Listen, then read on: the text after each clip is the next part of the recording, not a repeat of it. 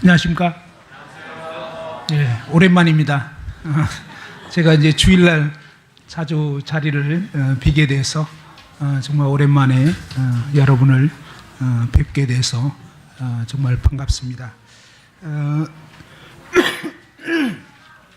지난번에 그 여름 수련회 통해서 갔다 오시고 난 후에 저희 인도원 교회에 주님이 여러 가지로 참 복을 주셨다 이런 마음이 듭니다. 저는 이제 수련회 이후에 주일 예배는 처음 참석을 해보게 되는데 소문을 들었습니다. 주일 예배 때 감사하려면 상당히 어려울 것이다. 뭐 거의 그 전쟁 수준이다. 뭐 이런 그런 얘기만 들었는데 정말 오늘 참석해 보니까 정말 그랬습니다. 참 너무너무 감사하고 또 저희가 말씀을 듣고 이렇게 실제로 반응한다는 거 이거야말로 정말 기쁜 일입니다. 주님께서 너희는 나를 주라고 하면서 왜 내가 말한 대로는 하지 않느냐 그랬는데 참 저희가 이 주님의 양이 되어서 주님의 말씀을 듣고 그 말씀대로 이렇게 순종한다는 것은 너무나 참 귀하고 복된 일이다 이런 마음이 듭니다. 수련회 기간 때 이제 제가 그 보신 분들은 알겠지만 수련회 마지막 날인가 이제 아침에 일어났는데 이 왼쪽이 이렇게 얼굴이 막 이렇게 부어 있었고 그 다음에 이제 좀 불그스름해하고 막 이러면서 뭐 이렇게 그 약을 좀 이렇게 바르기도 하고 목덜미도 약간 부어 있었고 이러면서 아무래도 이제 그 병원을 좀 가보면 좋겠다 해서 그날 이제 일요일이었기 때문에 올라와서 갈 만한 데가 없어가지고 그냥 이마트 약국에 들렀더니 모기 물린 데 바르는 거를 이렇게 주셨어요. 그러면서 그걸 뭐든지 주는 대로 이제 바르긴 했는데 아무래도 다음날 이렇게 좀 약간 심상치가 않더라고요. 그래서 이제 이렇게 저렇게 해서 이제 그 저기 신도림 쪽에 있는 어떤 그 개인 병원에 모임 형제님이 하시는 곳을 이제 갔습니다. 가서 이제 가기 전에 어떤 자매님은 뭐 대상포진일지 모른다 뭐 이래가지고 이제 그 대상포진이 뭐냐 인터넷에 열심히 찾아보니까 약간 심각하더라고요. 그 엄청나게 아프게 되는 그런 병이다 뭐 이렇게 되고 좀 약간 증상이 비슷하더라고요. 처음에 그 함께 방을 썼던 우리 문복정제님께서 아시는데 제가 막 자는데 왜 이렇게 춥습니까? 그래가지고 그 추리닝을 입고 밑에 이제 까는 거를 처음에 한 개 이렇게 깔았는데 두 개를 깔았는데 약하더라고요. 그래가지고 무려 4개를 이렇게 깔고 그다음에 덮기도 한 4개까지 덮고 다행히 이제 단둘이 잠을 잤기 때문에 이불이 남는 게 이불이었습니다. 그래가지고 그냥 막 이렇게 막 오한이 들고 이래가지고 그렇게 이제 자고 났는데 이제 붓고 뭐 불긋고 막 이러면서 아무튼 이제 병원을 간 겁니다. 근데 이제 다음날 갔더니 이제 형제님은 아무래도 이게 그 대상포진은 아닌 것 같고 그 막 뭔가 찌르듯이 이렇게 아프다고 그러는데 그렇습니까? 그러니까 아닌데요. 그걸 안 그렇더라고요. 그래서 이제 단독이라고 하는 어떤 그런 피부병 같다라고 하면서 이제 처방을 뭐 주사도 주고 했는데 다음날 아침에 또 일어났는데 별로 효과가 없이 이제 이번에는 왼쪽이 그랬는데 오른쪽까지 이제 부어가지고 막 희한하더라고요. 그래서 제가 볼 때도 이렇게 막 꼭 누가 그 소문에 축구하다가 맞았다 뭐 이런 근거 없는 말도 있었는데 전혀 맞지 않았거든요. 공에 맞지 않았는데 양쪽이 이제 다 붓고 막 이렇게 되니까 이제 또 그 개인 병원에 갔을 때 다음 날은 이제 쉬는 날이고 해서 이제 여기 좀 큰 병원에 가보라고. 그래서 큰 병원에 이제 갔더니 또 이제 처방을 받고 뭐 했는데 결국은 제가 이제 금요일 날부터 또 집회가 있다 보니까 좀 빨리 나아야 됩니다. 이제 이런 얘기를 했더니 그러면 아예 입원해서 치료를 받아라 해가지고 난생 처음으로 이제 입원이라는 걸 해봤습니다. 그래서 이제 한 3일 이렇게 치료받고 그 다음에 제대로 다 낫지는 않았는데 아무튼 이제 또 집회를 가야 돼가지고 내일 퇴원 해야 되겠습니다. 그랬더니 각서를 쓰고 나가라 뭐 이렇게 상당히 위협을 주시더라고요. 그래서 이제 각서도 쓰고 아무튼 그렇게 해가지고 이제 나와서 약을 처방 맞고 또 결론적으로 이제 다 나았습니다. 다 나았고 뭐 그렇게 심각하고 이런 건 아니었는데 이제 보기가 좀 그랬었습니다. 그 사이에 이제 그 두 군데 또 외부 이제 수련회 참석해서 복음의 말씀을 교제를 하게 됐습니다. 이제 저를 보니까 주님이 저에게는 어쨌든 이 전도의 은사를 주셨더라고요. 그래서 어쩔 수 없이 저는 다른 좀 이렇게 좋은 말씀도 많이 있잖아요. 근데 하고 싶은데 잘 안 되더라고요. 그 제 이 권한 받기라는 생각도 좀 들고요. 그 다음에 저의 주 관심사가 그겁니다. 그래서 저는 요즘에 와서는 계속 주님이 주신 부담은 참 모임 안에 있으면서 정말은 생명이 없는, 근데 이제 본인이 잘 인식을 못하고 있는 이제 이런 분들에 대한 부담이 참 많이 있습니다. 그래서 계속 이렇게 참 그런 분들에 대해서 마음이 아프고 참 어떻게 도울 수 있을까. 그래서 이제 그 집회 갔을 때도 복음이었기 때문에 첫 시간에 그런 정말 자기 자신을 진단해 봐야 된다. 나에게 정말 생명의 증거가 있는 건지 아니면 그저 종교인으로 그냥 살고 있는지 이것을 살펴봐야 된다고 하면서 정말 이 물과 성령으로 거듭난 사람은 이렇다.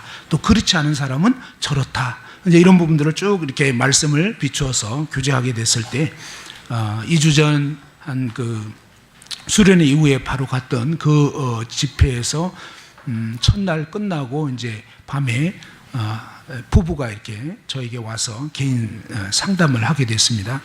근데 이제 그 자매님은 이제 주일학교 교사였고 형제님은 학생부 교사였는데 그날 이렇게 쭉 그 자매님이 말씀 듣고 이제 고민되는 걸 얘기를 하더라고요. 무슨 얘기를 하냐면 자기는 이 주일학교 교사인데 참 이 말씀을 준비해서 교제하는 게 너무 어렵다는 것입니다. 무슨 얘기냐면 자기 마음에 잘 와닿지도 않은 내용을 그냥 아이들에게 이렇게 가르치고 전달해야 된다는 게 매번 너무 이렇게 고통스러웠다. 이제 그런 얘기를 하고 어릴 때부터 모임에서 자랐고 모임에서 침례받고 이제 지금은 결혼해서 이제 교사 그런 주일학교 교사까지 하지만 사실은 자기 마음에는 뭔가 이렇게 자기도 별로 와닿지 않는 내용을 전해야 되는 이제 이런 고통, 그 다음에 이제 말씀을 들어보면서 왠지 좀 뭔가 이렇게 아닌 것 같은 이런 부분을 이제 얘기를 하더라고요. 그래서 성경을 통해서 보면 어쨌든 예수님 만나기 전 우리는 이 아담이 유전한 죄 가운데 태어난 죄인으로 태어난 거잖아요. 그래서 이 죄인으로 살다가 어느 날 마치 말하자면 날 때부터 소경과 같은 이런 죄인이 어느 날 예수 그리스도를 만나게 되었을 때 정말 이 영적인 눈이 띄어지게 되고 세상이 달라지게 되고 정말 그분을 따르게 되고 이런 어떤 그 변화가 일어나기 마련인데, 그러면 자매님은 이제 그런 정말 이렇게 구원받기 전과 구원받은 후가 있느냐라고 했을 때 이분이 솔직하게 자기는 그런 적은 없었다. 그냥 어릴 때부터 들었기 때문에 자연스럽게 자기는 그냥 믿었다. 그리고 믿는다. 근데 이상하게 이 어떤 내용들이 별로 자기에게는 별 감동을 주지 못하는 이제 이런 부분들을 쭉 얘기를 하는데 쭉 다 들어보니까 어쨌든 그런 생명의 증거가 없는 거예요. 그래서 이제 아무래도 자매님은 구원받지 못한 것 같다고 이제 그렇게 어떻게 보면 이제 그 진단을 내리게 됐습니다. 그랬는데 이 자매님이 무슨 얘기를 하냐면 희한한 표현을 하더라고요. 속이 시원하다 그랬어요. 지금까지 뭔가가 찝찝했는데 근데 이제 뭐 누구에게도 말할 수도 없는 거예요. 뭔가 자기도 이상한 거예요. 왜 나는 이런가? 그랬는데 이제 속이 더 시원하다고 하면서 정말 자기는 아닌 것 같다고 아닌 것 같다고 얘기를 해주니까 오히려 속이 시원하다고 이러면서 이제 그 밤을 보내게 됐습니다. 근데 이제 다음날, 그 다음날까지 쭉 말씀을 들을 때 이제 이 자매님은 진짜 마음이 낮아져 있는 거예요. 이제 겸손해져 있고, 낮아져 있고 이러면서 그 수련회 때 그냥 구원을 받게 됐습니다. 근데 이틀날 어떤 일이 있었냐면 그 남편 된 형제님은 학생부 교사거든요. 근데 이 형제님은 또 이제 오후에 상담을 저보고 이제 좀 고민이 됐나 봐요. 또 말씀 자꾸 듣다 보니까 처음에는 이제 아내가 막 무슨 얘기할 때는 아니 그거 믿으면 구원이야 하면서 막 열심히 코치하면서 당신 그거 믿잖아 막 이러면서 아니 그거 믿는 게 구원인데 왜 그러지 막 이러면서 옆에서 이제 훈수를 두고 막 했는데 근데 이제 다음날 되니까 조금 어째 좀 스토리가 이상해지는 거예요. 그러면서 이제 오후 돼가지고 조금 심각해져가지고 또 상담하러 이제 왔는데 정말 헷갈리는 거예요. 뭐가 헷갈리면 자기는 80% 구원 받은 것 같은데 20%가 찜찜하다는 거예요. 근데 자기 다 알고 다 믿는다는 거예요. 정말로 자기 믿는다는 거예요. 근데 참 들어보니까 저도 헷갈려요. 그래서 이제 얘기했어요. 정말 그러면 BC와 AD가 있느냐? 소경이었다가 눈 뜬 적이 있냐? 그리고 그 다음부터 눈 떠서 이제 보고 오게 되고 이런 적이 있냐? 그러니까 그거는 없다는 거예요. 모태신앙이고 모임에서 어릴 때부터 자란 거예요. 그러니까 참 모임에서 어릴 때부터 자란 분들의 특징이 안타깝게도 뭐예요? 정말 예수 그리스도를 인격적으로 만난 적이 없는데도 불구하고 그냥 나는 어릴 때부터 들었고 자연스럽게 믿었고, 근데 믿기 전과 믿은 후가 없는 거예요. 물론 몇 월 며칠 그걸 말하는 것이 아닙니다. 내 생의 어느 때에 내가 정말 죄인이구나, 난 정말 지옥 갈 수밖에 없구나, 이 부분이 제대로 인식되어서 주님을 만나게 되어서 그때부터 인생이 달라지게 되는, 이제 그리스도가 내 안에 들어오게 된, 그래서 그때부터 이제 내 인생이 달라진 이런 분명한 어떤 증거가 있어야 되는데 그런 적은 없었다는 거예요. 그런 적은 없었고 교리적으로나 지식적으로는 알고 있어요. 그래서 본인도 헷갈리고 남도 헷갈리는 이제 이런 상황이 됐는데, 쭉 얘기를 들어보니까 아무래도 이렇게 분명한 어떤 생명의 증거는 없더라고요. 그래서 아무래도 거의 아닌 것 같다고 얘기는 했어요. 그랬었는데 본인이 납득을 못 하는 거예요. 근데 이제 3일째 돼가지고 이제 복음까지 다 전했습니다. 그러고 났는데 이제 집회 끝나고 저는 이제 집에 와야 되는데 막 짐 챙기고 있는데 또 왔더라고요. 뭔가 찜찜하니까. 그러면서 이제 또 남편 된 형제가 얘기를 하는데 뭔가 이렇게 들었는데 자기는 아직 잘 모르겠다는 거예요. 자기가 구원 받은지 안 받은지 그것도 잘 모르겠고, 근데 어쨌든 뭔가 분명하지는 않고, 그래서 제가 권면해 준 것은 뭐냐면 정말 하나님 앞에 하나님 제가 정말 죄인인 것을 깨닫게 해달라고 그렇게 기도하라고, 그리고 말씀을 다시 들어보든지 읽어보든지 하라고 그랬었는데, 이제 수련회 끝나고 이제 갔습니다. 근데 월요일 날 됐는가, 제가 이제 그때가 일요일이었는데 월요일 됐는가 이제 그 형제 생각이 나면서 기도가 되더라고요. 그래서 이제 한번 만나자고 다시 이제 문자를 보냈습니다. 그랬었는데 결론적으로 이제 목요일 날 만나게 됐는데, 목요일 날 이제 형제만 만나려고 생각을 했는데 자매도 같이 왔더라고요. 근데 보니까 이제 부부가, 자매는 막 완전히 활짝 폈고 형제도 보니까 얼굴이 분명히 수련회 때는 좀 죽을 상이었는데 얼굴이 좀 바뀌었더라고요. 그래서 야, 이상하다 그런 생각은 이제 들었고, 이제 밥 먹고 나서 이제 쭉 교제를 하는데 그동안 이제 자매님 어떻게 지냈냐 그러니까는 막 그냥 이제 그 안에 그렇게 종교 생활만 했던 그 영혼이 이제 완전 변화돼 가지고 확 달라져 버린 거예요. 그래서 정말 너무 좋다고 막 이러면서 말씀을 막 대하게 되고, 아무튼 이제 인생이 바뀌어진 거예요. 이제 그런 얘기를 하는데 제가 생각할 때는 이 남편은 아직 아니니까 이제 이 생각을 했었거든요. 그리고 이제 형제님 보고, 형제님도 이제 그동안 좀 어떻게 지냈냐고 이제 이렇게 물어봤는데, 형제님이 하는 얘기가 뭐냐면 자기가 수련회 갔다 와서 참 그 기도를 했다는 거예요. 하나님 정말 제가 죄인인 걸 알게 해달라고 그렇게 기도를 하고 마지막 말씀을 핸드폰으로 녹음을 했더라고요. 그 마지막 말씀을 다시 이제 쭉 듣기 시작했답니다. 근데 이제 들어보다가 죄에 대해서 이제 제가 이제 마지막 말씀은 총 복습을 한 거거든요. 복습을 하면서 죄에 대해서 이제 몇몇 가지 죄의 뜻이 뭐고 막 쭉 한 다음에, 참 이래도 죄를 깨닫지 못하는 사람들을 위해서 하나님이 10계명을 주셨다고 하면서 10계명 얘기를 쭉 했는데, 간략하게 이제 복습을 했는데 10계명 얘기를 하는데 9계명까지는 자기는 웬만큼 다 지킬 수 있는 것처럼 싹 넘어갔다는 거예요. 걸리지가 않더라, 뭐 이런 얘기는. 그것도 좀 정신 나간 소리인데 사실은 알고 보면 참 우리 인간이 어디까지 갈 수 있는가를 보여주는 거예요. 근데 마지막 10번째 계명에서 이 형제님이 걸린 거예요. 거기서 내 이웃의 것을 탐내지 말라고 그랬거든요. 남의 거 잘 되는 거 부러워하지 말라고 했는데, 그 대목에서 왠지 뭐가 좀 걸려가지고 말씀 듣다가 이렇게 딱 멈췄대요. 그러면서 이제 자기를 이제 돌아보기 시작하는데, 수련회 가기 직전까지 어떤 일이 있었냐면, 이 형제님이 꽤 이렇게 괜찮은 어떤 위치가 된 거예요. 이제 교사였는데, 근데 이제 막 장학사까지 된 거예요. 근데 장학사까지 됐는데, 근데 이제 뭐냐면 저는 잘 모르는데 장학사 내에서도 또 뭐 분류가 있더라고요.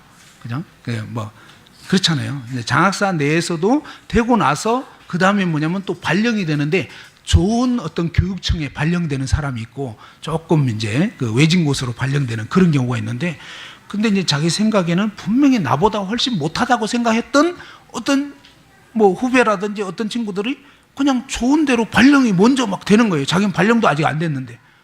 근데 이제 그런 일들을 보면서 수련회 오기 전까지 사실 마음이 막 별로 좋지가 않은 거예요.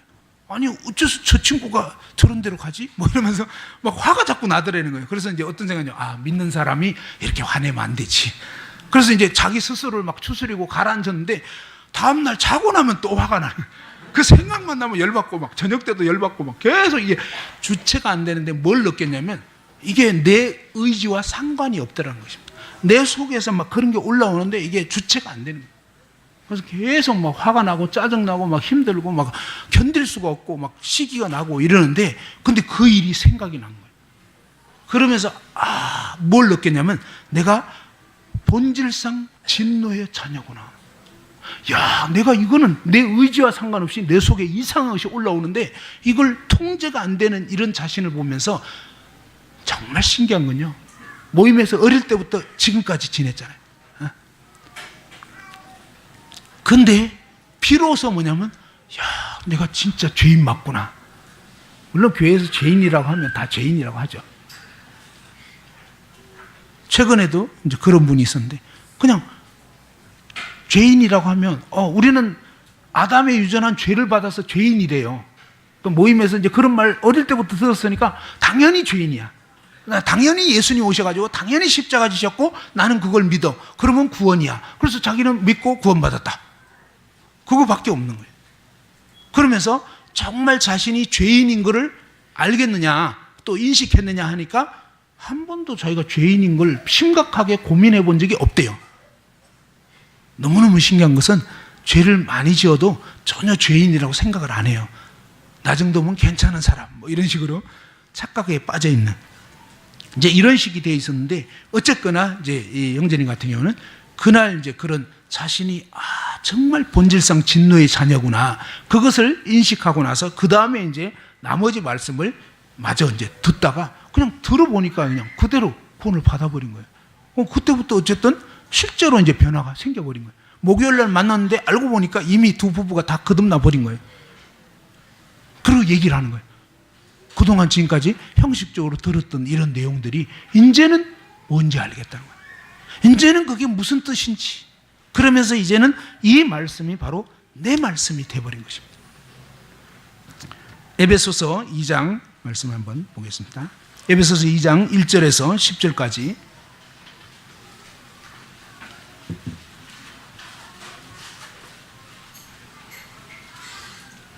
신약성경 311페이지 에베소서 2장 1절에서 10절까지 말씀을 1절은 형제님들이, 2절은 자매님들이 이렇게 같이 한번 쭉 읽어보겠습니다.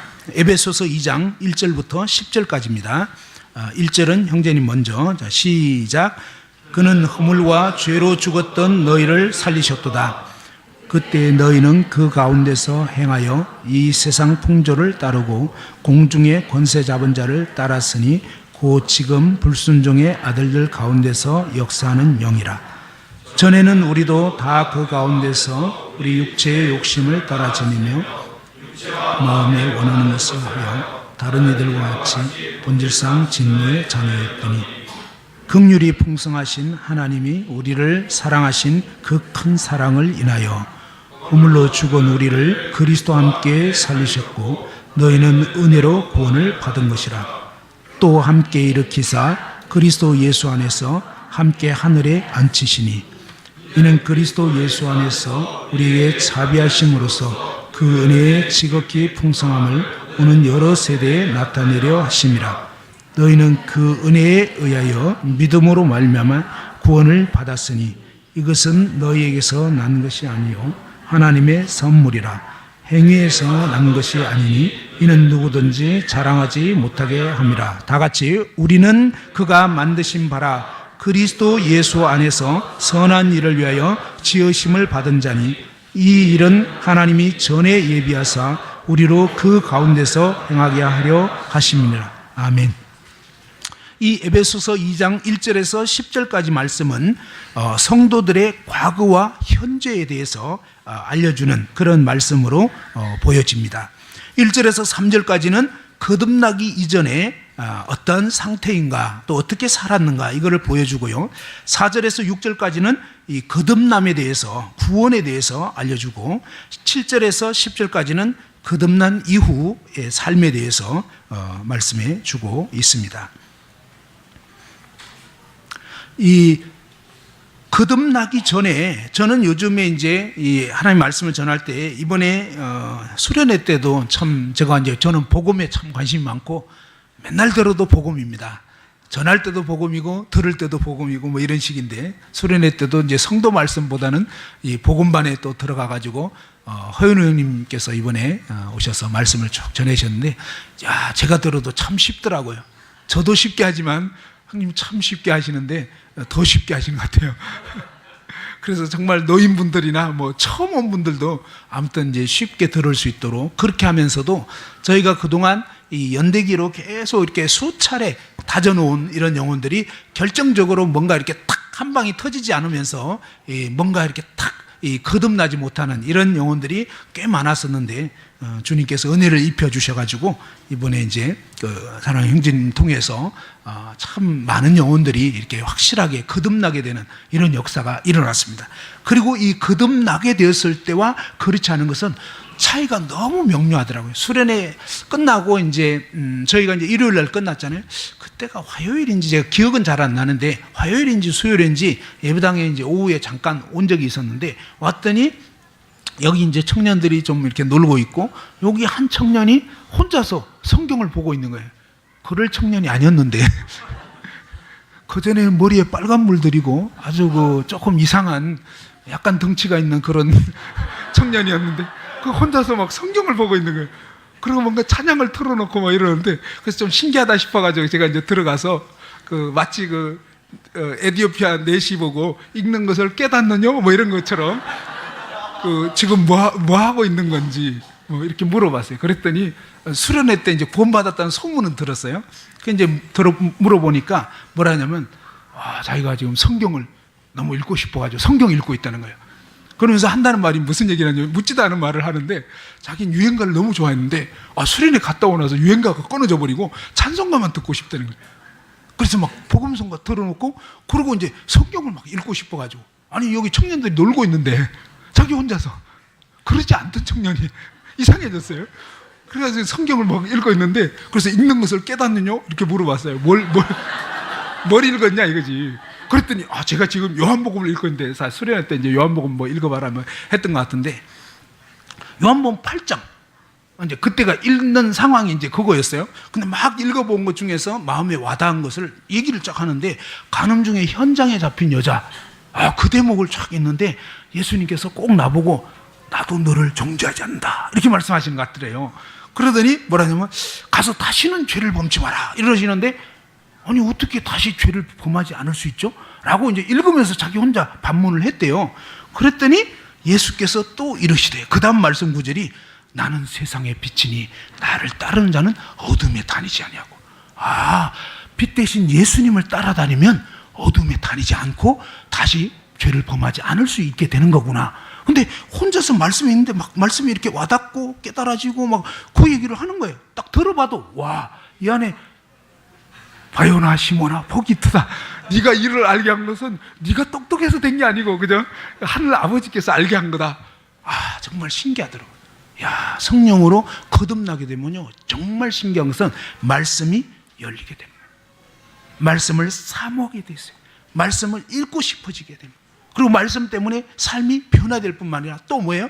그냥 내가 유행가를 그동안은 10시간을 들었는데 앞으로는 구원을 받았으니까 5시간으로 줄이자 이런 거 아니에요.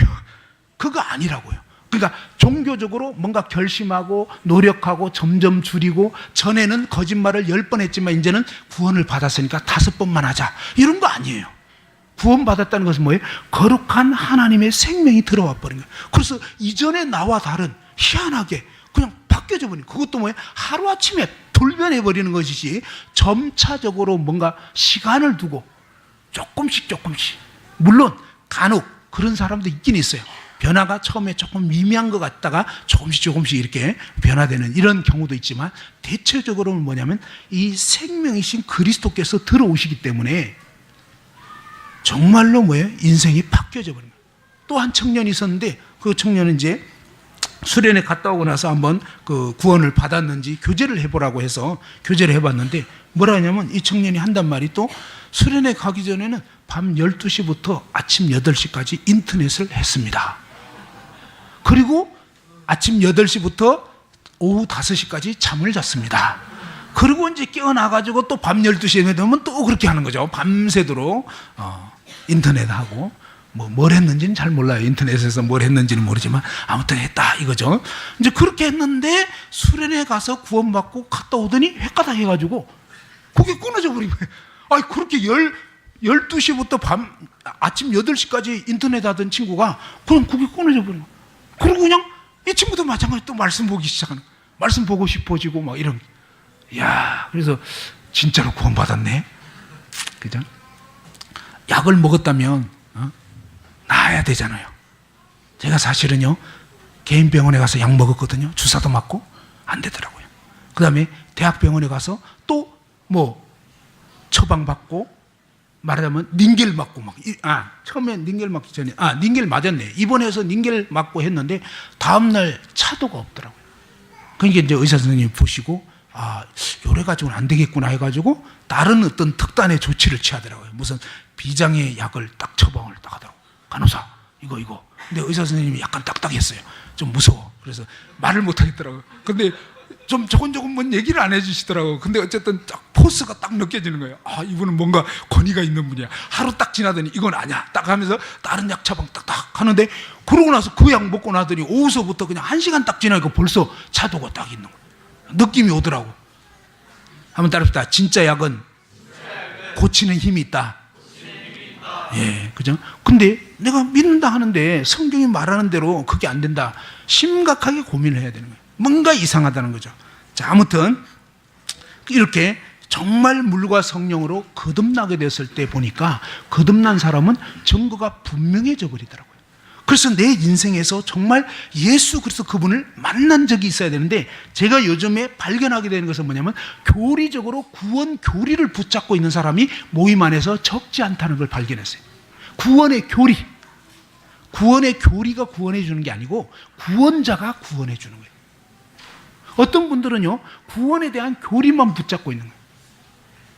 근데 성경을 자세히 보면요, 또 증거는 이것이니 하나님이 우리에게 영생을 주신 것과 이 생명이 그 아들 안에 있는 그것이니라. 아들이 있는 자에게는 생명이 있고 하나님의 아들이 없는 자에게는 생명이 없느니라. 성경은요, 구원의 교리가 있는 사람은 구원이 있고 구원의 교리가 없는 사람은 구원이 없고 그렇게 되어 있는 게 아니라는 거예요. 성경을 자세히 보니까 아들이 있어야 되는 거예요. 아들이. 아버지께서 그 안에 생명이 있음 같이 요한복음 5장 26절인가요? 거기에 보면 아들에게도 생명을 주어 있게 하셨고, 그 아들이 뭐예요? 나는, 예수님 그랬죠. 나는 세상의 떡이다 혹은 세상의 생명이다. 그죠? 그러면서 주님께서 자신이 내가 곧 길이요 진리요 생명이니 나로 말미암지 않고는 아버지께로 올 자가 없다는 것입니다. 요한복음 5장 39절에 보면요, 너희가 성경에서 영생을 얻는 줄 생각하고 성경을 상고하거니와. 누가요? 그 말씀을 들은 대상이 유대인들입니다. 유대인들은요, 어릴 때부터 종교적입니다. 그 중에서는 바리새인, 서기관, 율법사들 여러 이런 정통 유대인들이 있었는데, 예수님께서 그 정통 유대인, 어릴 때부터 교회 다닌, 말하자면 오늘날로 치면 어릴 때부터 교회를 다닌 이 사람들에게 요한복음 5장 39절에 너희가 성경에서 영생을 얻는 줄 생각하고 성경을 연구하거니와. 예, 구원받지 않았어도 성경 연구 얼마든지 할 수 있습니다. 신학 박사가 될 수 있다는 거예요. 연구하거니와 이 성경이 곧 내게 대해서 증거하는 것이다. 그죠?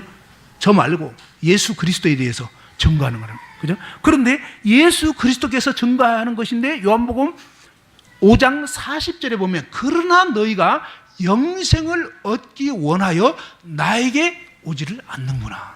놀랍죠? 성경 연구는 해도 예수님께 오지 않을 수가 얼마든지 있다는 것입니다. 그래서 우리가 착각하는 것은 뭐냐면 나 성경 연구하고 있지 않느냐, 나 성경 읽고 있지 않느냐. 어떤 분들은 이것으로 버티는 분들이 있고요. 어떤 분들은 침례받은 걸로 버티고 뭐 여러 가지로 버티는데 문제는 뭐예요? 그리스도가 안 계신 거예요. 그리스도와 관계가 없어요. 성경에 관한, 그리스도에 관한 교리를 붙잡고 있는 것은 그건 별 의미가 없는 것입니다. 저와 여러분 안에 그리스도, 그분을 만난 적이 있어야 되고 그분 때문에 내 인생이 바뀌어져서 이제 날마다 그분과 동행하는, 물론 그러다가 그분과의 관계가 소원해질 수가 있습니다. 그러면 우리는 영적으로 병들게 됩니다. 적어도 뭐예요? 주님 만났고 주님으로 인해서 처음 사랑, 그때 정말 주님 만난 그때 내 인생에서 정말 그분 너무 감사하고 그분 때문에, 그래서 찬송가 그대로 나오냐, 주의 말씀 받은 그날 참 기쁘고 복되도다. 이 기쁨만 못 이겨서 온 세상에 막 전하로나, 그죠? 기쁜 날 기쁜 날 주 나의 죄 다 씻은 날. 최근에 구원받은 어떤 형제님 어때요? 소그룹 모임에서 전혀 얘기도 안 하고 뭐 얘기할 것도 없고 뭐 이랬던 형제님이 구원받고 나니까 그냥 말도 안 했는데 화요일날 구원받는데 수요일날 기온 형제 모임에서 제가요 마지막에 끝나야 되는데 한마디 할 말이 있는데요. 그러더니 어제 제가 구원받았습니다. 근데 다들 기절하는 거죠. 왜냐하면 주일 사회도 봤던 형제님이 거의 1년 가까이, 그리고 항상 인상이 너무 좋아요. 항상 웃는 모습. 꿈에나 생각했겠습니까? 근데 그렇게 그러더니 이 형제님이 막 소그룹 모임 가가지고 자기가 최근에 구원받았다고 시키지도 않은데 막 얘기하고 막 하는 말이 그래요. 누구나 붙잡고 막 얘기하고 싶대. 좀 누구 없나 막 이랬다는 거예요. 구원받고 나서 누구 좀 얘기할 사람 없을까 막. 희한한 현상이라. 이걸 뭐 간증을 시켜야 됩니까? 그게 아니에요. 우리가 정말 진짜를 경험하고 나면 있을 수가 없는, 견딜 수가 없는, 막 말하지 않고서는 견딜 수가 없는. 내가 만난 그 주님, 그죠? 교리 얘기가 아니잖아요. 내가 만난 그 주님, 교리를 생각하다 보면 그 주님 생각이 나면서 어때요? 정말 감격이 되고. 오늘 여러 형제님들이 막 어떤 형제님들 막 눈물로 감사하고 이럴 때요, 저는 그래요. 저는 좀 돌아보면 야, 내가 좀 눈물을 많이 잃었다. 제 아내가 얼마 전에 그러더라고요. 당신 옛날에 참 많이 예배 때 울었는데 그러더라고요. 근데 지금 울려고 해도 잘 안 되더라고. 많이 이렇게 좀 식은 것 같아요. 근데 주님 원하시는 것은 우리가 주님을 향한 그 처음 사랑을 회복하고, 그 다음에 그러나 제 마음에 뭐예요? 지금은 그때처럼 뜨겁지는 못하지만, 그때처럼 눈물 나지는 못하지만, 그러나 눈물 흘리는 그 형제님 보면요, 맞아, 그래, 막 이런, 뭐냐면 내가 지금 그러지 못해도 동일한 거예요. 정말 그 공감이 되는 거. 맞아, 그 주님이지. 막 이런, 그 주님이지. 우리는 교리가 아니라니까요. 나 천국 간다. 어떤 분은 가만히 보니까요, 지옥이 너무 두려웠던, 어릴 때부터 막 지옥을 너무 실감나게 해버린 거예요. 그래서 막 구더기 막 올라오니 막 불타지 막, 끔찍한 지옥, 절대 지옥 가면 안 돼. 이래가지고 지옥 안 가려고 하다가 예수만 믿으면 지옥 안 간다 해가지고 그 교리만 딱 받아들인 거예요. 그러고 나서는 뭐예요? 아무 관계없이 살면서 천국 가리라고 착각하고 있는데 아닙니다. 그거 아니에요. 그 주님이 내 마음에 들어와 버려요. 그리고 그 주님이 내 마음에 들어온 사람은 그냥 아무렇게나 살 수가 없어요. 주님이 내 안에 계신데. 그리고 구원받고 나서 특징이요, 야, 사소한 죄도 짓기 힘들어요. 아무튼 지으면 걸려가지고 안 돼. 우리가 구원받은 성도들도 죄를 지을 수 있어요. 때로는 유혹받을 수 있어요. 그런데 구원받은 성도는요, 계속 죄 가운데 머물 수가 없어요. 너무 괴로워서 안 돼요. 그것도 오래 가지도 못해요. 제가 옛날에 그런 얘기한 거 생각나십니까? 고덕에 살 때 그냥 저희 둘째 형 집에 방문했다가 겨울철인데 그냥 차들이 너무 많아가지고, 거기는 부자 동네, 부자 아파트거든요. 그러니까 막 차 다 주차해 놓고 그냥 일렬 주차까지, 차가 너무 많으니까. 근데 거기에다가 이제 평행 주차를 해 놓고 거기 지면이 이렇게 좀 경사져 있었는데 그걸 몰랐던 거예요. 그래서 그냥 사이드 채워 놓으면 차를 못 빼니까 안 채워 놓고 잠깐 올라갔다가 내려왔는데 내 차가 없어진 거예요. 어디 갔지? 그랬더니 보니까 차가 저쪽 굴러가지고 남의 차 2대 있는데 그것도 또 약간 비싼 차 같더라고. 그 사이에 그냥 이렇게 낑겨가지고, 겨울철이어가지고 2대 다 범버가 날아가 버린 거예요. 깨져버렸어요. 정말 괴롭더라고. 그래서 지금 어둡지? 차 빼가지고 집으로 와버렸어요. 화장실에 올라왔는데 아무도 안 봤어. 그러고 있는데, 근데 화장실에 딱 가서 씻으려고 하는데 좀 전에 너 뭐 했냐 그러는 것 같아. 주님이 내 마음에 너 좀 전에 뭐 했냐? 뭐 했거든. 아니 뭐 하긴 했는데, 근데 네가 하나님의 아들 맞냐 그러는 거야.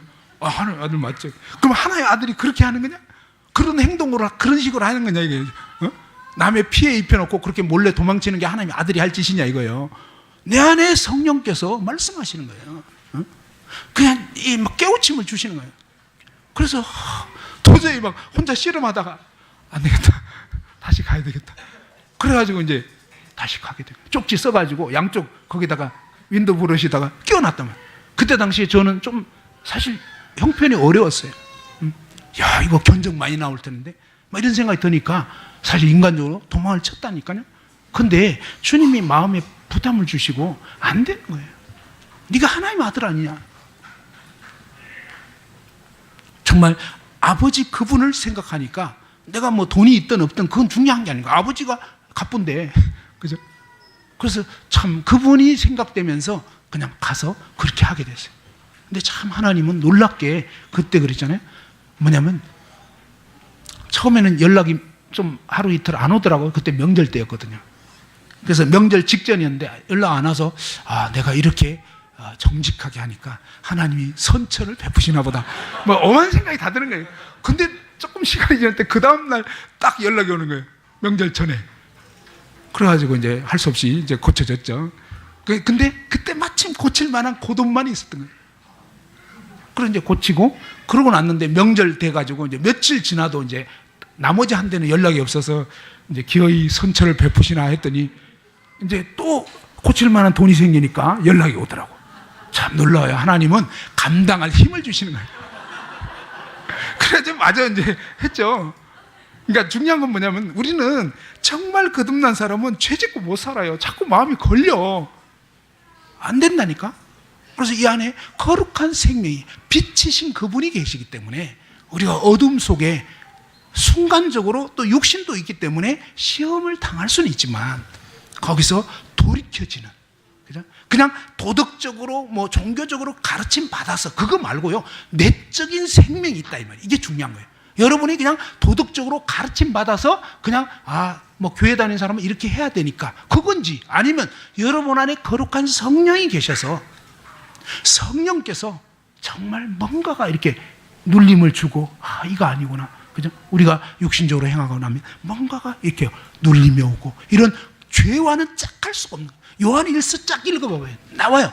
심지어 어떻게 나오냐면 하나님께로 난 자마다 범죄하지 아니한다까지 얘기해버렸어요. 그러니까 그냥 죄를 심상치 않게 습관적으로 그냥 아무렇지도 않게 짓는 이런 분들은 생각해봐요. 나에게 정말 그 죄를 이기는, 그 다음에 이 구원받지 못한 분들은 죄를 이기지를 못해요. 그냥 꼬르륵인 거예요. 그냥. 안 돼요. 근데 구원받은 성도는요, 정말 주님을 바라보게 되면 죄가 이겨져 버려요. 그렇잖아요. 저도 주님 보지 않았을 때는 도망쳤지만 주님이 딱 의식된 순간 뭐예요? 말씀대로 순종할 힘이 생겨요. 의를 행하는 자는 하나님 자녀인 거예요. 의를 행치 않는 자는 하나님 자녀가 아니라고 성경이 그렇게 나와요. 그래서 행함이 없는 믿음은 죽은 거라고. 그러면 로마서와 야고보서가 다른 문제냐? 아니거든요. 동전의 양면이라고요. 믿음으로 구원받는 거 맞아요. 근데 믿음으로 구원받았다면 그 믿음이 믿음으로 구원받은 실제가 나타나게 돼 있다 이런 얘기예요. 이것이 다른 얘기가 아닌 거거든요. 정말 진짜 약을 먹었다면, 먹어야 구원받는 거 맞죠? 먹었어요. 그럼 먹었다면 어때요? 그것으로 말미암아 약효가 나오게 돼 있단 말이에요. 약효가 안 나오고 여전히 그 아픈 증상 그대로라면 뭔가가, 이게 뭐예요? 유통기한 지난 약을 먹었든지 진짜 약이라고 생각한 가짜 약이었든지 뭔가 문제가 있었다는 거예요. 아니면 뭔가 내가 아직 준비가 안 됐든지. 그래서 제가 요즘에 이제 하는 말씀이 그거예요. 뭐냐면 감기약을 언제 드시냐? 평범한 얘기잖아요. 그렇지만 참 일리 있는 얘기라는 생각이 들더라고요. 감기약은 언제 드시죠? 네, 어떤 분들은 내가 왠지 한 달 후에 감기가 걸릴 것 같아. 예상이 된다. 그래서 일단 먹어두자. 그런 분이 있습니까? 없어요. 그렇게 뭐냐면 제가 본 것은 그거예요. 바로 어릴 때부터 모임에서 자란 아이들은 미리 감기약 먹어두는 거예요, 일단. 근데 그때 먹은 거는 소용이 없다는 거예요. 그걸 알아야 돼요. 왜? 언제 먹어야 돼요? 아플 때 먹어야 효과가 있는 거예요. 그래서 주님께서 마태복음 9장 12절에 건강한 자에게는 의사가 쓸데가 없다는 거예요. 병든 자에게라야 의사가 쓸 때가 있는 거예요. 언제? 바로 내가 하나님 앞에 죄인이라는 것을 인식하게 되었을 때, 또 성령께서 깨우쳐 주셨을 때, 준비된 심령이 되었을 때 비로소 뭐예요? 복음이 복음으로 역사가 되는 거예요. 어째서 많은 사람들이 말씀을 들었지만 예수님 당시에도 그죠? 근데 뭐예요? 왜 12의 혈루증 앓던 그 여인만 그때 탁 나았냐고요. 그죠? 수많은 사람들이 애워싸 밀었지 않았습니까? 근데 주님께서 뭐예요? 누군가가 나를 만진 자가 있다는 거예요. 그러니까 제자들이 볼 때 아니 주님 지금 만진 사람이 한두 사람 아닌데요?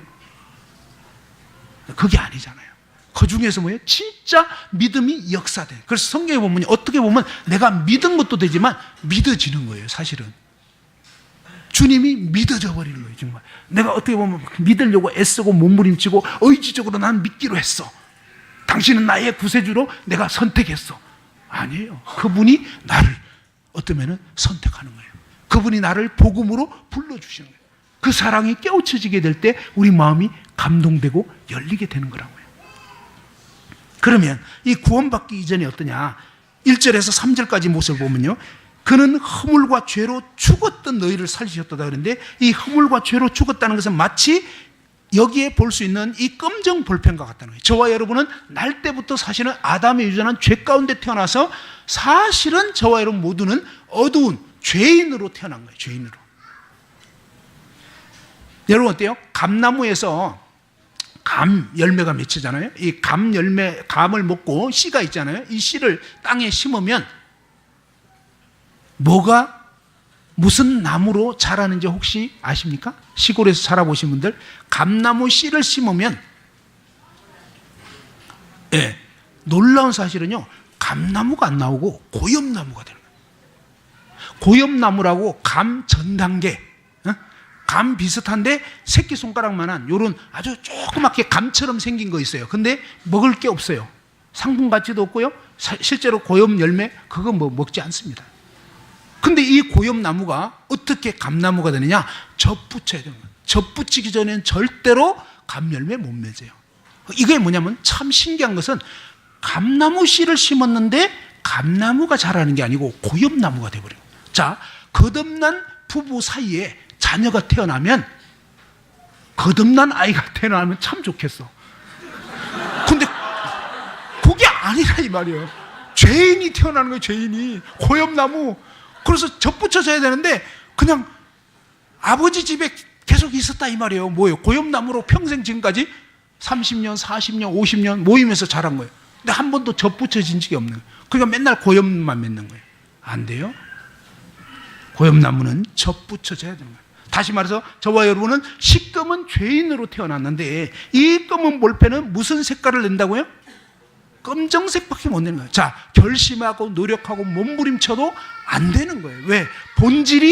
본질상 진노의 자녀이기 때문에. 그죠? 시꺼먼 볼펜이기 때문에 시꺼먼 색밖에 낼 수가 없는 거예요. 죄밖에 지을 수가 없는 거예요. 죄는 너무나 자연스러운 나의 현주소가 돼 있는, 그것이 뭐예요? 구원받지 못한 사람들의 특징이더라고요. 저는 상담하면서요, 정말로 이 구원받지 못한 사람들의 삶에서 정말 이렇게 죄인이니까 죄를 지을 수밖에 없다는 걸 알게 됐어요. 그리고 그런 죄를 지었는데 신기한 것은요, 본인이 정말 죄인이구나 이런 인식을 거의 안 하시더라고요. 그런 죄를 짓는 분들의 특징이 뭐냐면 나는 그래도 착해. 신기하더라고요. 누가 봐도 진짜 죄를, 너무너무 심각한 죄들을 짓고 있는데도 죄인이라는 인식을 별로 못하고 있는 거예요. 신기할 정도로. 그것이 뭔가 했더니 바로 이 검정색 볼펜은 검정색 내는 것이 자연스러운 거예요. 그것이 이상한 게 아닌 거예요. 그러면 이 허물과 죄로 죽은 상태대로는 어떻게 사느냐? 2절에 보니까 그때 너희는 그 가운데서 행하여 이 세상 풍조를 따르고, 다시 말해서 뭐예요? 이 세상에서 잘 먹고 잘 살고 그저 땅에 있는 것밖에 사실은 안 보여요. 천국 소망, 그것은 나에게는 너무 막연하고 그냥 교회에서 하는 얘기지. 이런 분들의 특징이 뭐예요? 하나님이 아득히 멀리 계신 것 같거나 아니면 하나님이 정말 계실까? 그래서 어떤 분들은 가끔 그런 얘기를 해요. 그냥 모임에서 오랫동안 자랐는데 나중에 한다는 말이 뭐냐면, 솔직한 얘기를 할 때 뭐냐면, 저는 근데요 가끔 하나님이 진짜 계실까? 뭐 이런 생각이 드는, 거의 아니에요. 그런 생각 든다는 자체가 이상한 거예요 진짜. 그리고 내가 그냥 모임에서 태어나서 자랐으니까 그냥 이렇게 기독교가 아닌가, 뭐 그런 얘기를 해요.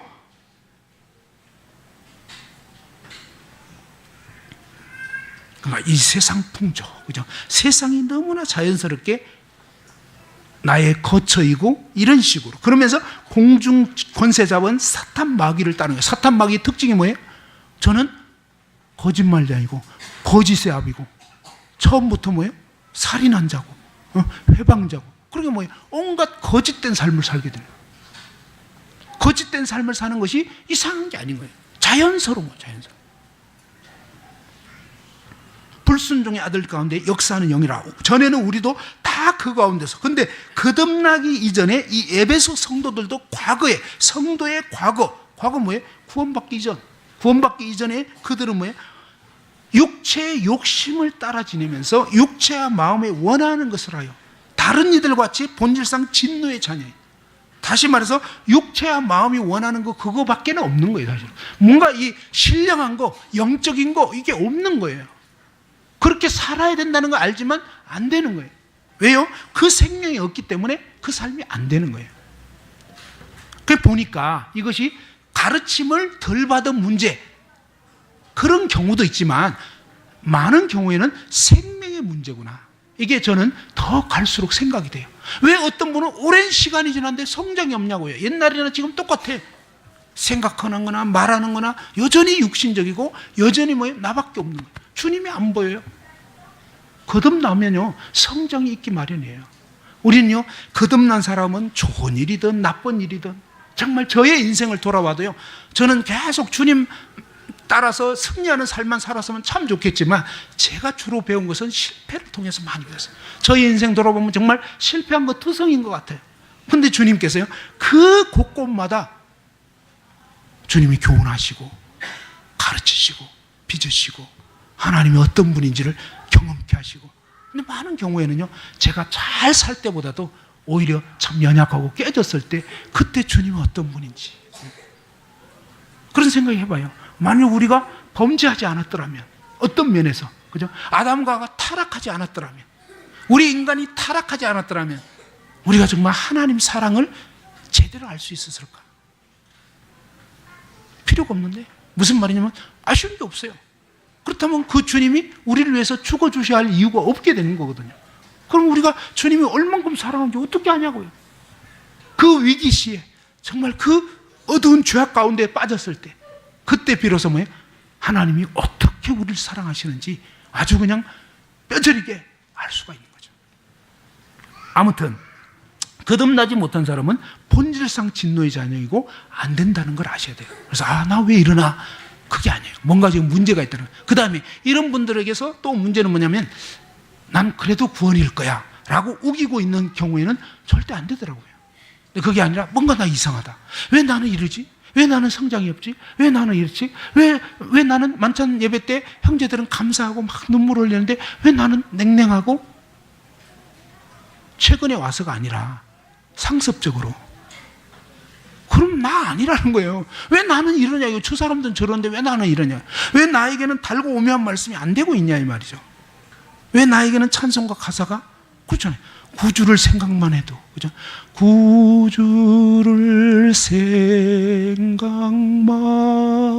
해도 내 마음이 좋거든. 주 얼굴 배울 때야 얼마나 좋으랴.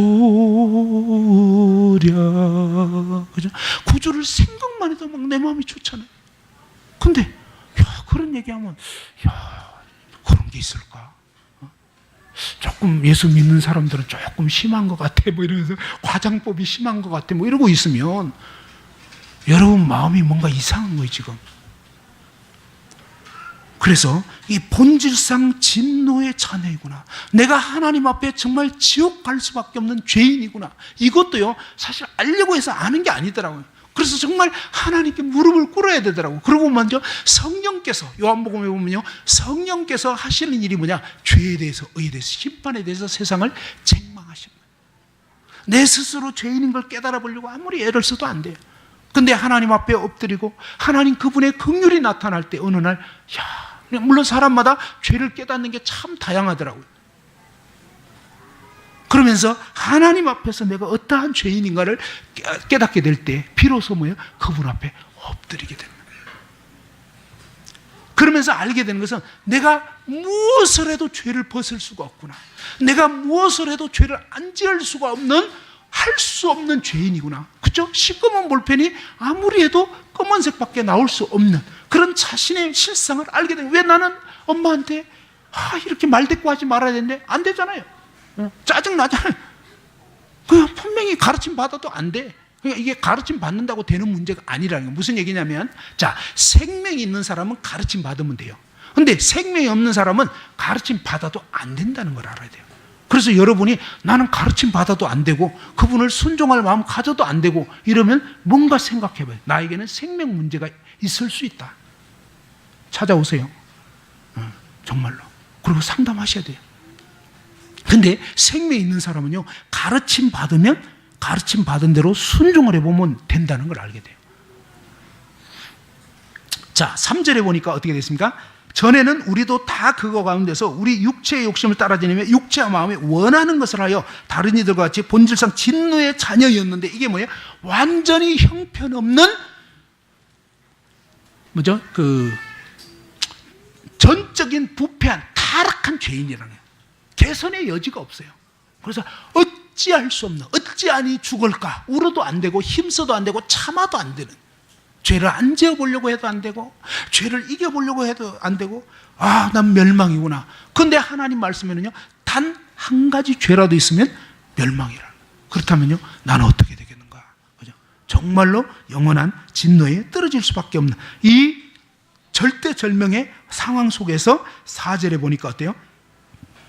4절서부터 6절까지 보면은요, 긍휼이 풍성하신 하나님이 우리를 사랑하신 그 큰 사랑을 인하여, 한번 5절 읽어봅시다. 시작.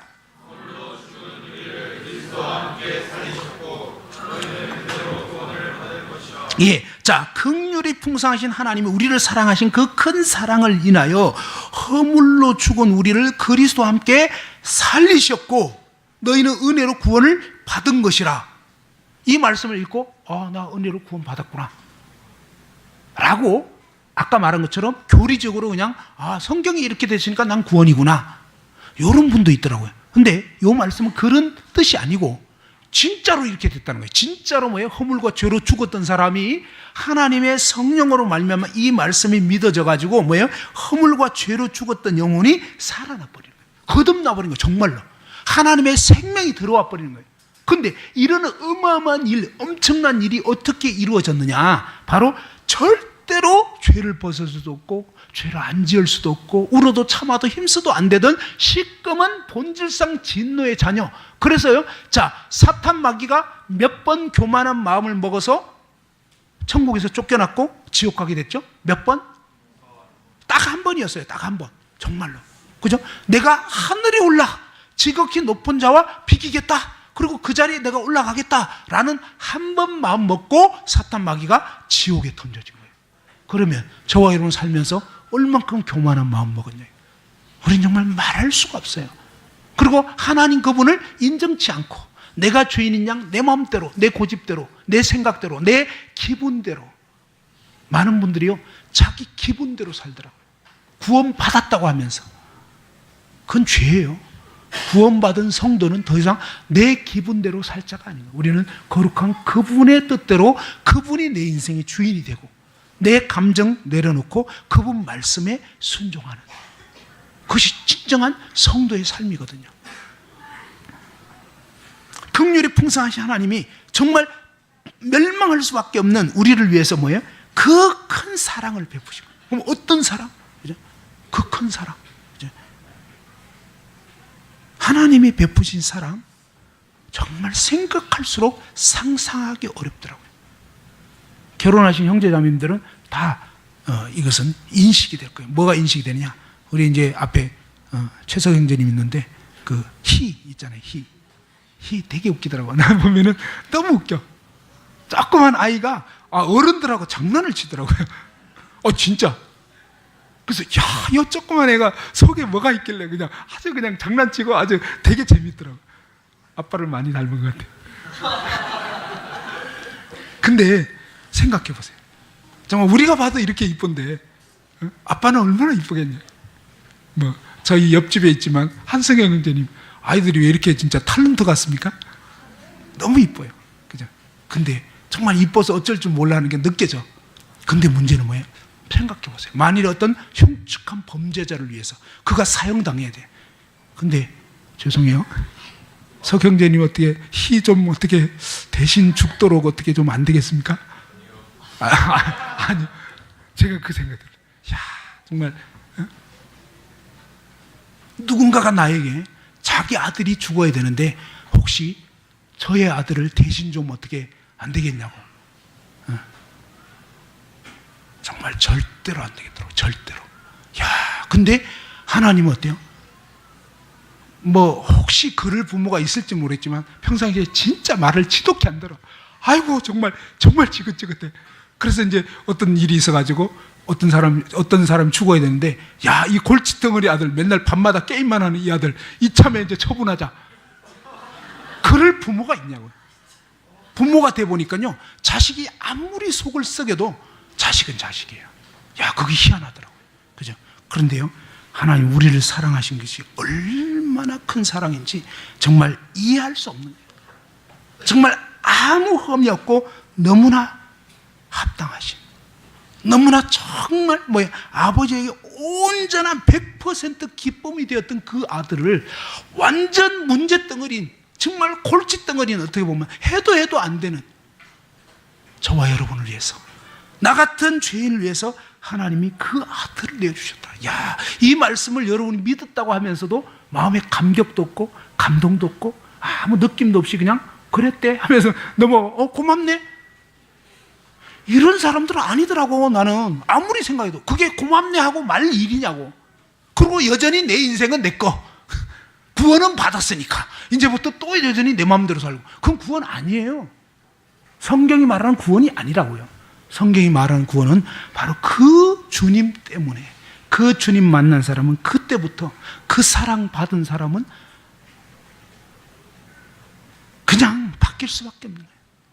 자나깨나 이제 그분 생각, 그리고 정말 어떻게 하면 주님을 기쁘시게 할까, 이 마음이 드는 거예요. 내가 그렇게 못 사는 것에 대해서 안타까운 마음이 있지만 어쨌든 마음에 그게 있는 거예요. 그리고 놀라운 사실은요, 함께 일으키셔서 그리스도 예수 안에서 함께 하늘에까지 앉히시니. 그런데 원문에는 보면요 과거 시제로 되어 있어요. 놀라운 사실은요, 하나님께서는 우리를 거듭나게 한 사람들은 어떻게 되냐면 그리스도와 함께 이미 사실은 시꺼먼 볼펜 끝나버린 거예요. 죽어버렸다니까요. 그리고 예수 그리스도로 접붙여져 버린 거예요. 그리고 이제 어떻습니까? 그리스도와 함께 하늘에 앉혀져 버린 것. 이것도 역시 이론 아니에요. 공식 아니라고요. 사실이라고요. 그리고 뭡니까? 이렇게 이미 하나님 아버지께서 해버린, 그죠? 이 놀라운 은혜 안에 들어온 사람은 어떻게 되느냐? 7절 이하에 이제 구원 이후의 삶이 자연스럽게 나오게 되는 것입니다. 7절에 보면 이는 그리스도 예수 안에서 우리에게 자비하심으로써 그 은혜의 지극히 풍성함을 오는 여러 세대에 나타내려 하십니다. 구원받은 성도의 입에서는요, 그 중심에서는 뭐야? 바로 아버지 하나님과 그 아들 예수 그리스도를 찬양하고 그분을 높이는. 그래서 간정도 보면요, 결국은 뭐예요? 나 엄청나게 문제 많은 사람이었다. 근데 이런 문제를 주님이 구원해 주셨다. 그래서 가만히 듣고 보면 주님 자랑하는 거예요. 사실은 주님밖에 할 말이 없어요. 사실은 그게 진정으로 구원받은 성도는 뭐예요? 그 은혜의 영광을 찬미하게 되는. 이해가 안 되는. 그래서 뭐예요? 찬송가 그 작사자가 뭐예요? 하늘을 두루마리 삼고 바다를 먹물 삼아도 그 하나님의 크신 사랑을 다 기록을 할 수 없겠다는 거예요. 이게 뭐예요? 절절히 느껴지는 심령, 그 은혜의 영광을 막 찬미하게 돼요. 우리는 아무것도 해야 한 것이 없어요. 구원 못 받은 사람 특징을 보니까요, 제가 그래도 이렇게 했는데 그래도 구원이 아닙니까? 딱 보면 뭐예요? 성경 읽은 횟수 얘기하고요, 또 아니면 뭐예요? 자기가 뭐 이렇게 착하게 사는 거 이 얘기하고. 구원받은 사람은요, 저는 정말로 지옥 가도 할 말이 없는 사람입니다. 근데 주님이 정말 저 같은 쓰레기를 위해서 주님이 돌아가셨다니, 이거 말이 안 되는데, 제가 이렇게 살았다는 거 볼 때 저는 아무래도 구원받지 못한 것 같아요. 제가 어느 날 어떤 분 만났는데 진짜 저보고 그냥 처음부터 끝까지 자기는 구원 아니래. 근데 처음부터 끝까지 구원받은 형제야. 근데 얘긴 적선 뭐냐, 내가 구원받았는데 주님이 나 때문에 이렇게 하셨는데 내가 이렇게 살라니 이건 아니지, 이 말입니다. 근데 구원 안 받은 사람은요, 희한해요. 정말 신기하게 가인 제사를 드리고 있는, 내가 이렇게 잘했는데 그래도 구원이 아닙니까? 내가 그래도 성경 깨닫고 있는데 구원 아닙니까? 구원받은 사람은 성경 깨닫네 만에 할 필요도 없어요. 그냥. 전요 정말 죄덩이 맞아요. 전 정말 지옥 가도 할 말이 없는 존재. 내 예수님 나 때문에 돌아가셨. 정말 그 주님 생각, 이게 되는데, 구원 안 받은 사람은 신기하게도 희한하게 그 얘기 안 나와요. 교리적으로는 얘기할 수 있는데 본심을 얘기할 때는 절대 그 얘기 안 나오더라고요. 와, 신기하더라고요. 진짜 자기 자랑밖에 할 게 없는 거예요. 우리 구원받은 성도들은요, 그 은혜의 영광을 정말 고백하게 되고 증거하게 되고, 그리고 뭡니까? 9절에 이것은 8절에 보면 너희는 그 은혜 때문에 믿음으로 말미암아 구원을 받아버렸는데 이것은 너희에게서 난 것이 아니고 하나님의 선물이라는 거예요. 물론 여기서 여러분이 혹시 오해하시면 안 되는데, 구원에 대한 어떤 지식이나 교리가 그것 자체가 틀렸다는 얘기가 아니에요. 그건 너무너무 합당한 거예요. 근데 문제는 그것이 뭐예요? 이거 먹으면 약이다, 낫는다 라고 하는 지식이 구원해 주는 게 아니라, 그 지식이 실제로 뭐예요? 내 마음에 받아들여진, 그냥 화합된, 그렇게 돼야 되는 거예요. 부엌에 소금이 아무리 있어도 넣어야 짠 거거든요. 내 심령 안에 이 소금 언약이 녹아들어든 그런 적이 있냐 이 말이에요. 10절 다 같이 한번 읽어봅시다. 19절도 마찬가지로 뭐예요? 행위에서 난 것 아니니 이는 누구든지 자랑하지 못하게. 그러니까 구원받은 성도는요, 자기 자랑이 어쩌면서 끝나버린 거예요. 주님 자랑, 하나님 자랑밖에 할 게 없어요. 그 다음에 근데 이 구원받은 성도에 대해서 10절 어떻게 알려주고 있냐면, 구원받은 성도들의 이제 우리의 현재, 그죠? 우리의 현재에 대해서 10절 다 같이 한번 읽어봅시다. 시작.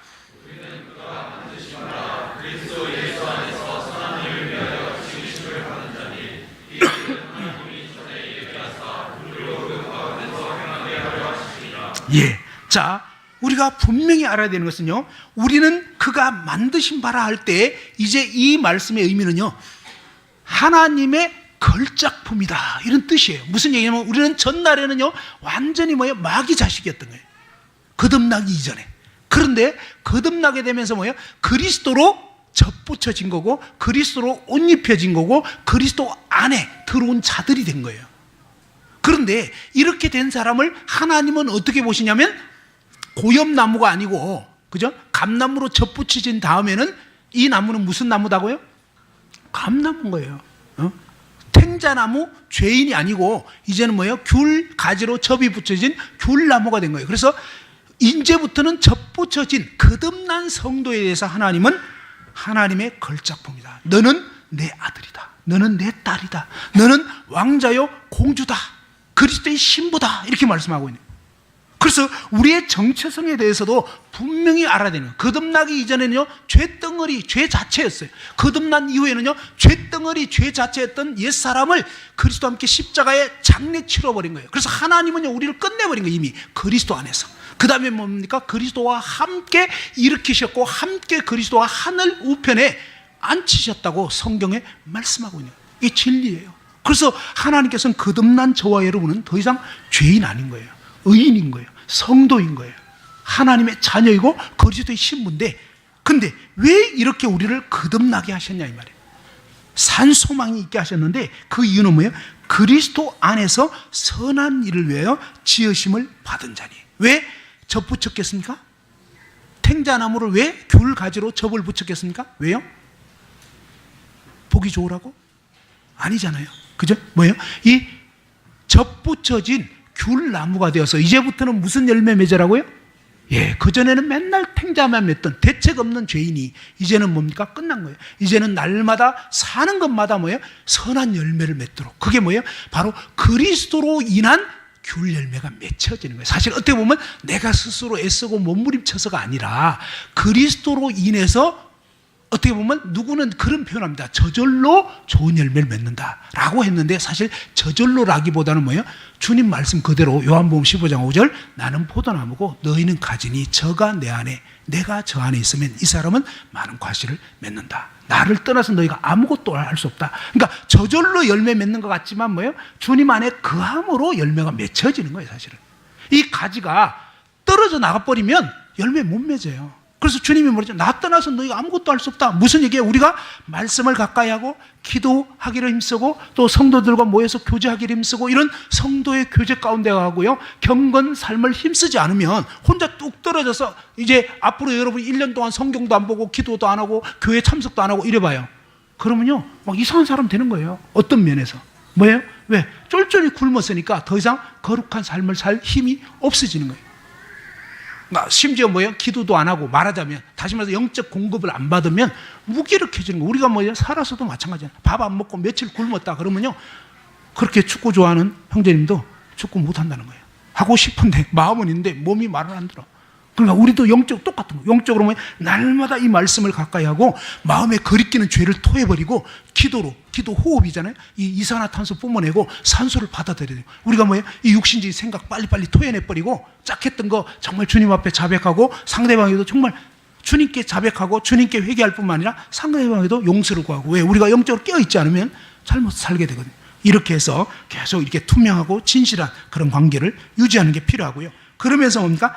그리스도 안에서 선한 일을 위하여 우리가 지으신 우리의 삶의 목적은 더 이상 나를 위한 게 아니에요. 하나님 그분의 영광을 위해서 그분이 기뻐하시는 열매 맺는 그리스도인이 되게 하시려고 그리고 그러한 교회로 우리를 부르신 거단 말이에요.